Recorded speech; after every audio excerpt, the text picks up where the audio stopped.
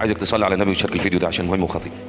طبعا هي بتصلي، ربنا يتقبل منا ومنكم يا رب، لكن من اخطر الاشياء هي الكلاب في البيوت. سيدنا النبي صلى الله عليه وسلم حذر منها، قال لا يدخل البيت ملك فيه صورة فيه كلب ولا صورة.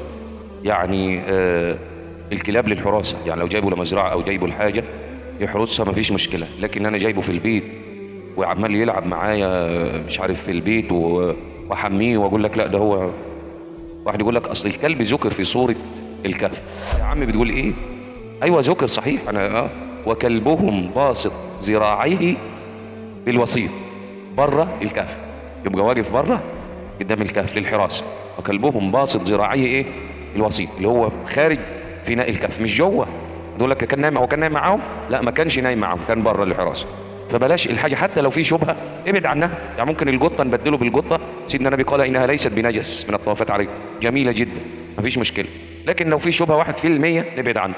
ربنا يهدينا ويحفظنا. لو وصلت لحد هنا صلي على سيدنا النبي.